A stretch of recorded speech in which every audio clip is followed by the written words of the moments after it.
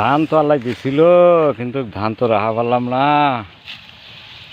ধান কাটি পড়ে যায়, ঝরে যায়।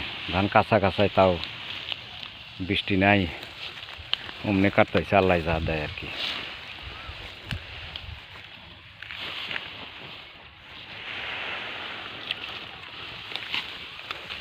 এই ধান কাটা থোয়া লাগে, আবার সেটা বস্তাতে ধান কাটা লাগে। কতগুলো ধান পরে বস্তা বুঝলি।